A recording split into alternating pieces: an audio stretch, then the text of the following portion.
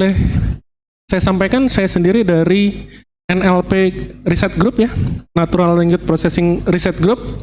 Mungkin di flyernya ditulis ND karena itu ya, mungkin karena saya terpantau itu ya, suka ngumpul-ngumpul di ND Research Group gitu ya. Jadi ditulisnya gitu, tapi sebenarnya saya dari NLP Group gitu ya. Nah, kali ini yang selaku pembicara adalah Ibu Tri Maya Kadarina ya. Beliau itu dari Wireless and Signal Processing Research Group di bawah bimbingan Prof. Dadang Gunawan ya.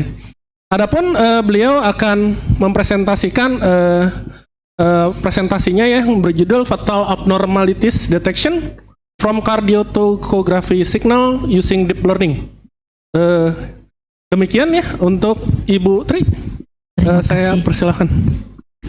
Terima kasih Pak Dodi. Assalamualaikum warahmatullahi wabarakatuh, Bapak Ibu pejuang dokter. Alhamdulillah kita sudah sampai ke series ke-43 ya. Sebuah kesempatan yang mungkin kita semua pasti akan presentasi di sini gitu. Sayangnya saya baru semester 3, jadi memang belum banyak yang akan di-sharing ya. Seharusnya memang dari riset grup kami ada 2 orang yang sudah mau UHR tapi berhalangan hadir. Jadi hari ini saya mencoba untuk sharing sedikit tentang riset yang sedang saya lakukan dengan judul Fatal Abnormalities Detection from Cardiotocography Signal Using Deep Learning. Nah, sebelumnya mungkin ini ya, ada 3 hal lah yang mungkin nanti yang akan saya sampaikan. Kita akan masuk dulu, mungkin dari Bapak Ibu semua baru dengar kardiotokografi itu apa gitu ya. Kemudian kita akan masuk ke riset-riset yang sudah dilakukan orang lain terkait interpretasi CTG dan juga klasifikasi abnormalities janin yang saya lakukan dengan menggunakan deep learning. Oke, jadi Bapak Ibu mungkin minggu lalu sudah kita juga ini ya, topiknya mirip, sinyal juga, biomedis juga, tapi PPG. Kalau PPG yang diambil adalah sinyal dari SpO2. Nah, tetapi ini sama ya, kardiotokografi ini juga sama, sinyal fisiologis 1 dimensi, namun ini diambil dari ibu hamil. Nah, yang paling mungkin banyak didengar EEG ya, EEG itu otak, sinyal otak. Kemudian ada IMG, EMG itu untuk dari ini ya, pergerakan otot, dan kemudian ada lagi yang sering tentunya adalah EKG, yaitu sinyal dari jantung. Nah, di sini yang riset yang saya lakukan ini adalah dengan menggunakan kardiotokografi ya. Kardiotokografi itu sendiri adalah teknik yang digunakan untuk memantau kesehatan janin selama kehamilan persalinan, di mana teknik ini melibatkan pengukuran. Jadi ibu hamil itu diletakkan ada 3 sensor ya. Sensor yang pertama untuk mengukur denyut jantung si bayi. Sensor ini biasanya berupa sensor Doppler ya, Doppler. Kemudian sensor satu lagi itu adalah untuk mengukur kontraksi. Bila mana janinnya ada kontraksi, maka sensor toko pressure itu akan memberikan masukan ke dalam alat kardiotokografi. Kemudian ibu juga diminta untuk menekan apabila terasa pergerakan janin, yaitu ada sebuah hanya itu aja ya, sinyal sebuah input yang menandakan bahwa nantinya menandakan ada pergerakan dari si janin. Nah, di sini biasanya di trimester terakhir ibu-ibu diperiksa, mungkin ibu-ibu udah pernah merasakan ya pakai alat ini pada saat mau melahirkan. Nah, pada saat mau melahirkan biasanya ibu diperiksa ya dengan alat ini, direkam selama sekitar 20 menit. Kemudian dokter akan melihat ada 3 sinyal lah yang keluarannya ya. Yang di atas ini adalah fetal heart rate, kemudian yang ini tergantung alatnya ya. Kadang dia mendetek maternal pulse juga ya. Tetapi ada juga yang tidak. Kemudian yang di tengah ini adalah poin-poin di mana ibu itu merasakan ada pergerakan ya, pemberi tanda ada pergerakan. Kemudian yang di bawah ini adalah kontraksi ya, hasil pembacaan dari sensor kontraksi tadi. Oke, nah gimana cara dokter membacanya ya? Nah biasanya ada 4 besaran dasar yang digunakan untuk melihat apakah si janin itu mengalami gawat atau tidak. Yang pertama dokter akan melihat baseline rate-nya ya, di tengah-tengah ini apakah dia naik atau tinggi rate-nya ya, beat per menitnya. Kemudian ada juga variability ya, seberapa besar dia berubah ya. Kemudian akselerasi ya, apakah ada peningkatan, BPM-nya berubah yang tadinya mungkin rendah menjadi tinggi atau ada deselerasi. Nah, kemudian juga dokter akan melihat berapa jumlah kontraksi dalam per menitnya. Itu. Nah, dokter akan mendiagnosis apakah janin tersebut dalam kategori normal, mencurigakan atau suspicious, atau ada kelainan nih, patologik. Nah, tentunya ini berdasarkan standar ya, berdasarkan standar yang sudah ditetapkan. Ada beberapa standar di sini, ada Vigo ya, ada RCHOG ya, kemudian juga ada NICE. Nah, permasalahannya apa? Subjektivitas dan tingkat keahlian expert dokter itu berbeda-beda ya. Kemudian juga jadi bisa jadi dokter A itu yang ekspertasinya lebih lebih banyak, dengan dokter yang lain itu mungkin bisa jadi beda ya. Nah, ini juga salah satu permasalahan. Nah, oleh karena itu berkembanglah sebuah riset dengan yang intinya adalah menggunakan AI untuk membantu interpretasi dokter dengan menggunakan machine learning. Ini ada salah satu ringkasan review yang dilakukan oleh sebuah peneliti dari Italia. Mereka mereview riset CTG ini paling banyak dilakukan oleh negara mana. Ya, ternyata karena ini sudah masuk ke AI in medicine, ternyata yang paling banyak itu Cina ya. Diikuti UK, Turki, US dan sebagainya. Tuh. Nah, kenapa sih perlu dikembangkan gitu ya? Kenapa perlu dikembangkan riset dengan CTG ini? Dan juga ditambah dengan AI atau machine learning. Tadi dikatakan bahwa interpretasi manusia itu bisa berbeda-beda. Kemudian machine learning itu bisa melihat pola ya. Tadi kan kita lihat sinyal itu sebenarnya adalah pola yang bisa mengidentifikasikan sebuah kelainan tertentu. Kemudian yang kedua, penggunaannya juga meluas pada pemantauan prenatal, sehingga intinya adalah membantu dokter untuk meningkatkan akurasi pemeriksaan dan juga sebenarnya mempercepat ya. Karena apa? Ya, ini kasus juga ya. Kasus di mana terutama di Indonesia ya, nanti kita masuk ke Indonesia. Kenapa sih di Indonesia juga seharusnya mulai gitu ya dikembangkan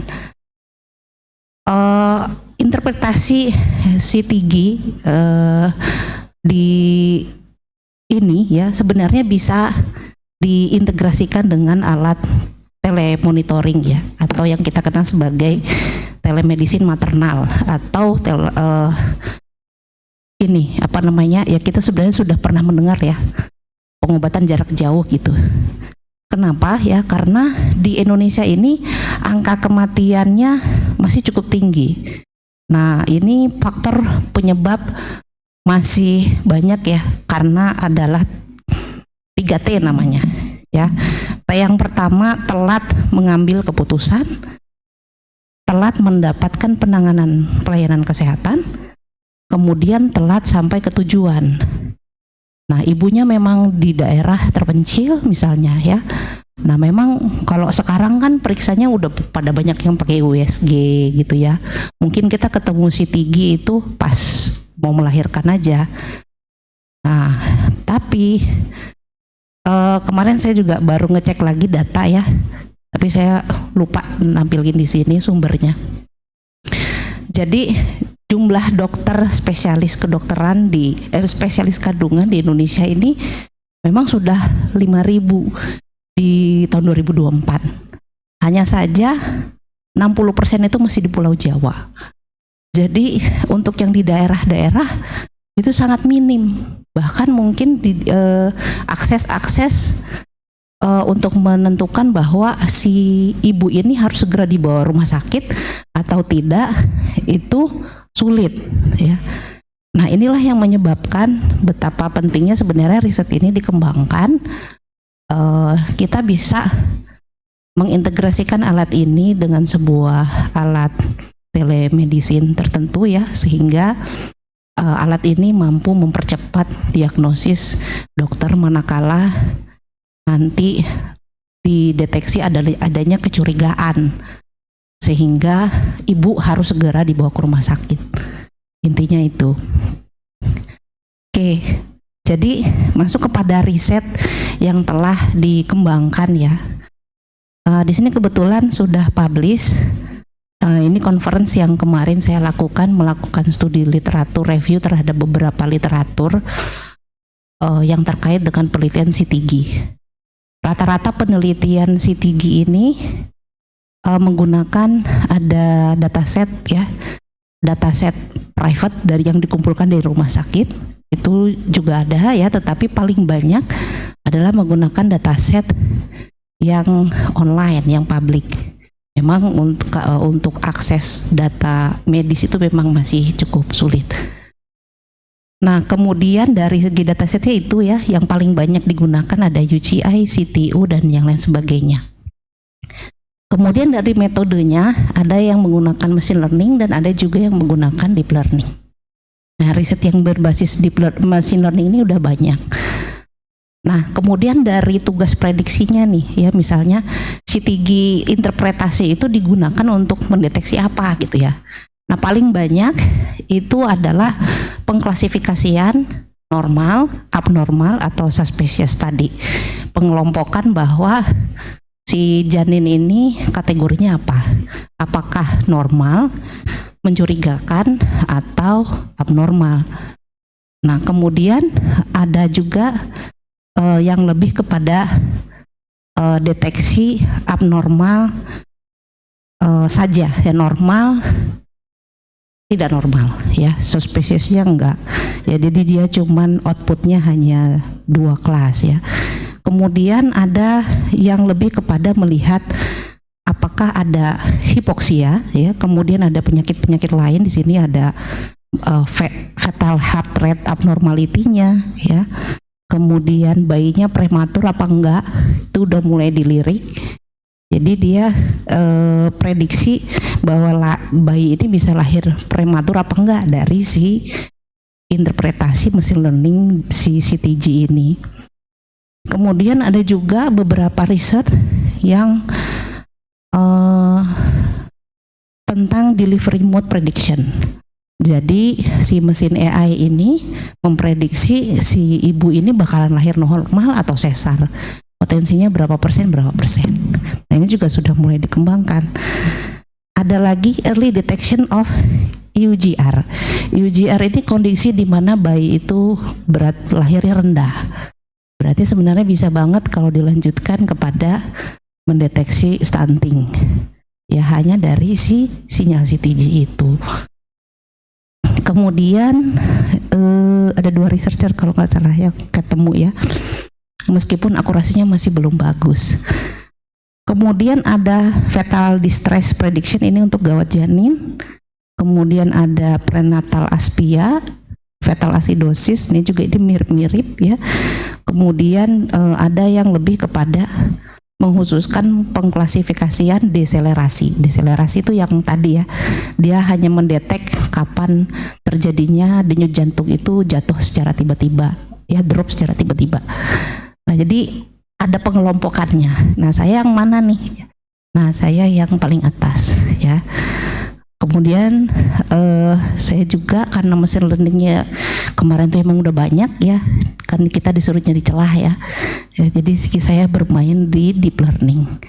Nah untuk dataset gimana ya?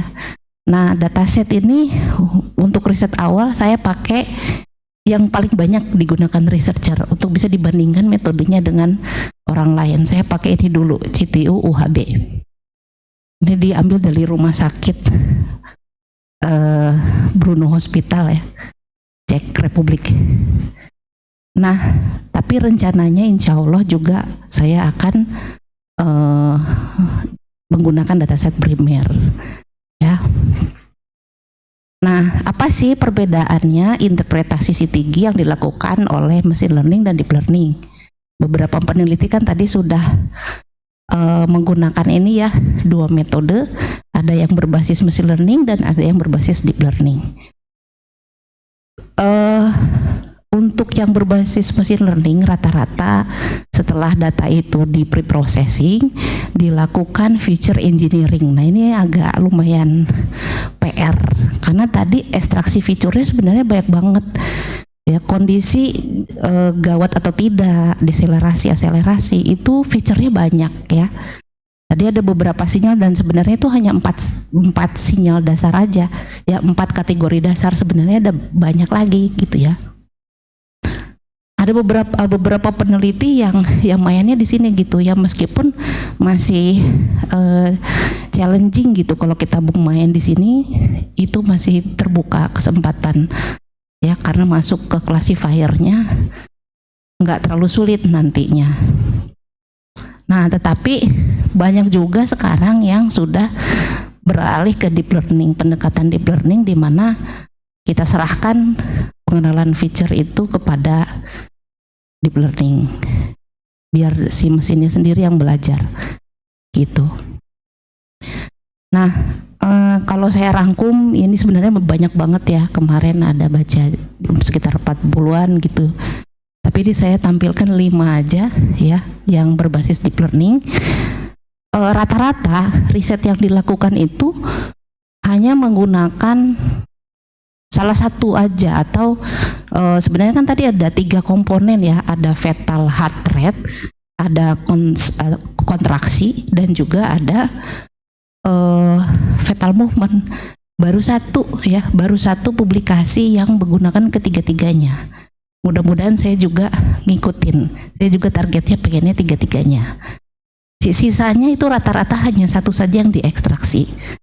Karena memang kalau saya lihat dataset yang ada di publik untuk sinyal kontraksinya itu masih banyak kelemahan. Nah, ya jadi rata-rata itu hanya salah satu aja ya. Ada juga yang 2, fetal dan UC ya. Kemudian sisanya banyaknya 1 ya, 1 sinyal saja yang diekstrak.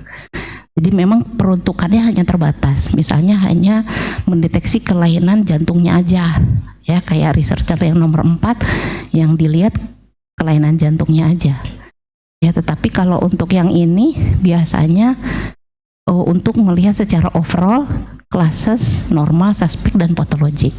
Nah riset saya ini mirip yang ini, yang nomor 3, dan rencananya juga saya akan menggunakan ketiganya ya, dan juga menggunakan deep learning.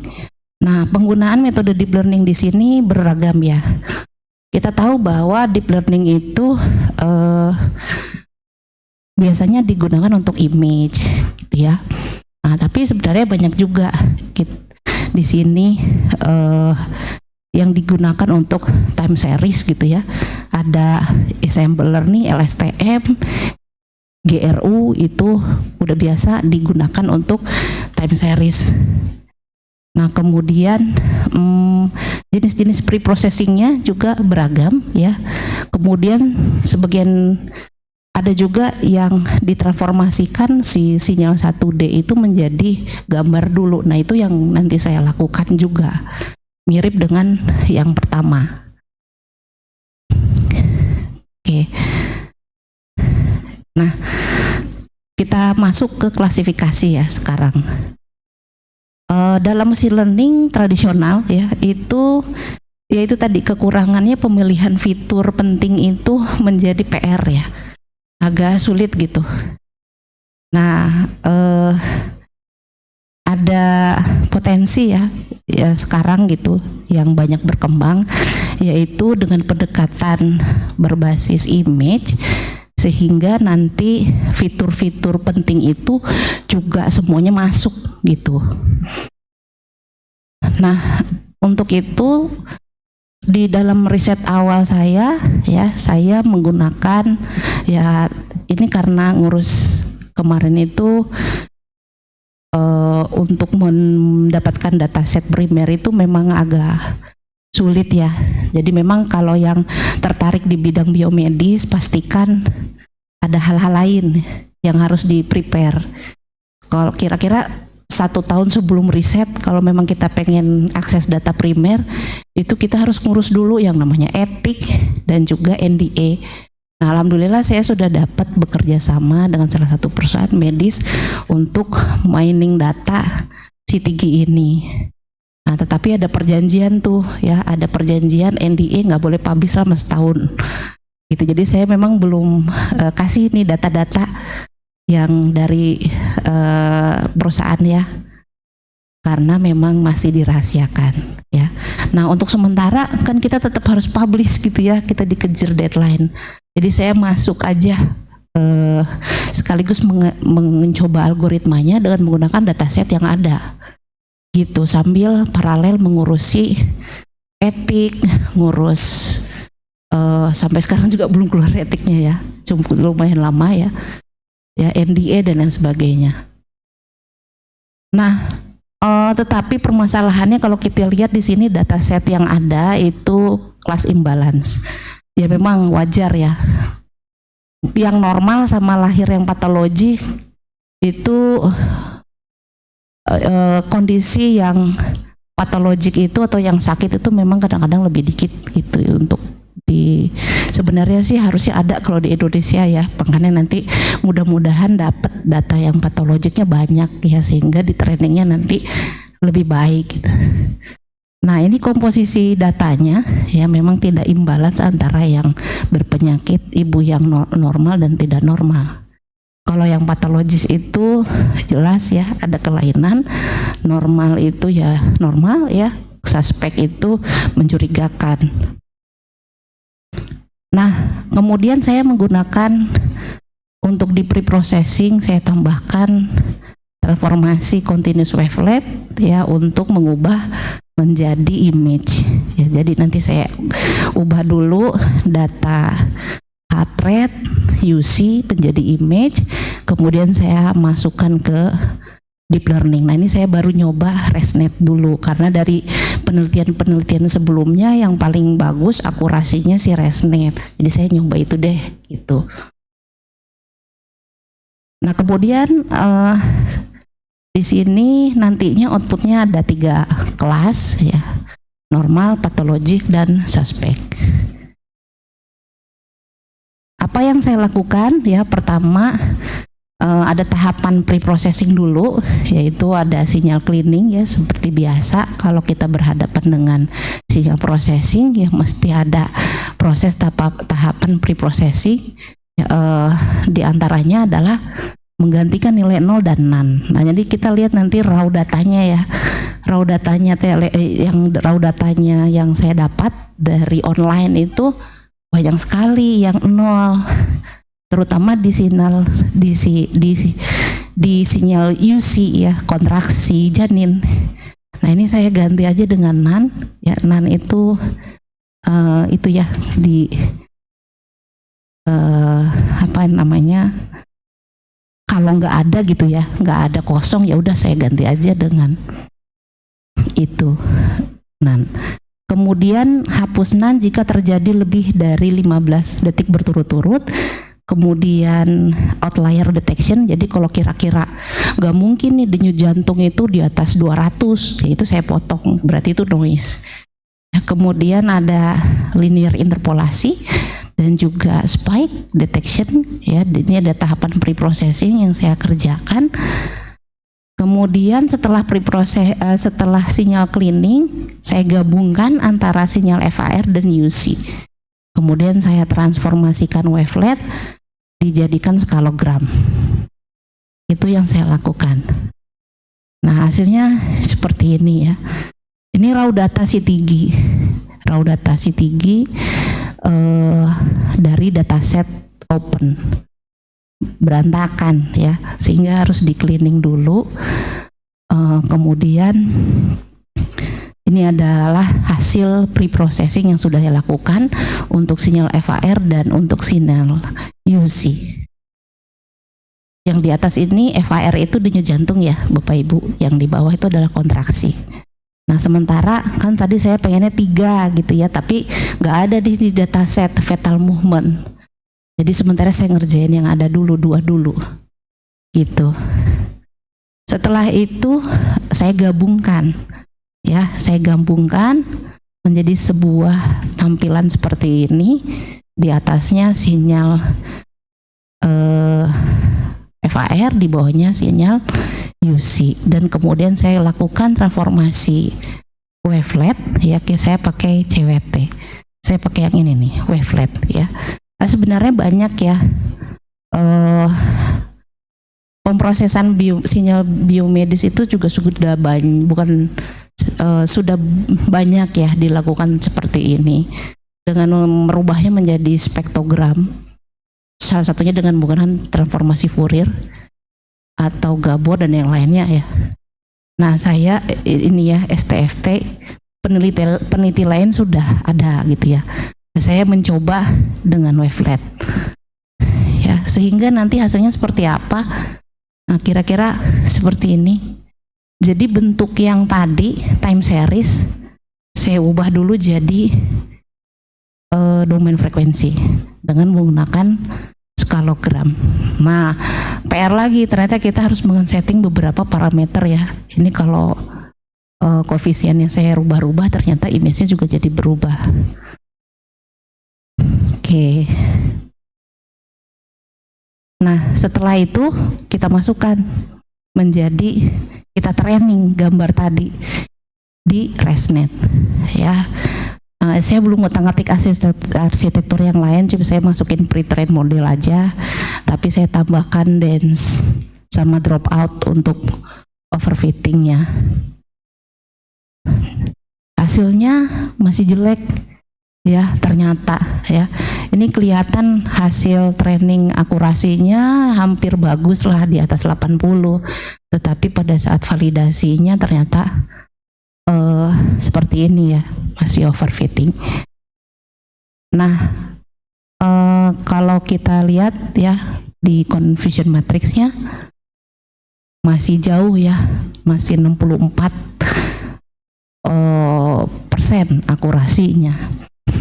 Nah memang ini saya nyobanya baru tahap awal, belum saya tuning, belum saya argumentasi, jadi benar-benar dari sini gitu. Meskipun saya udah nambahin dropout sama dance gitu ya, tetapi ternyata masih jauh gitu.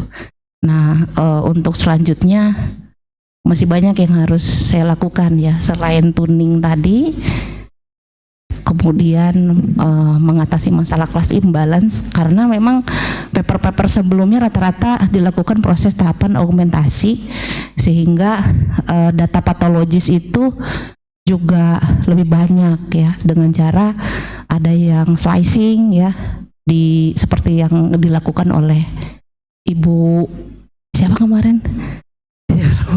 Ibu Ernia, makanya kemarin saya nanya gitu ya. Kemudian Saya juga pengen menambahkan teknik regularisasi. Karena apa? Setelah saya berdiskusi dengan dokter yang di lapangan, yang sekarang kita lagi mining datanya ya di Pulau Selayar, Makassar, itu dokter itu cuma satu. Ya, dokter itu cuma 1-2 lah. Itu yang di RSUD. Jadi dia sudah buat sistem telemonitoring, ya, diambil dari puskesmas. Kemudian yang membacanya normal, patologi sama suspeknya itu dokter yang di rumah sakit kota ya, di kota.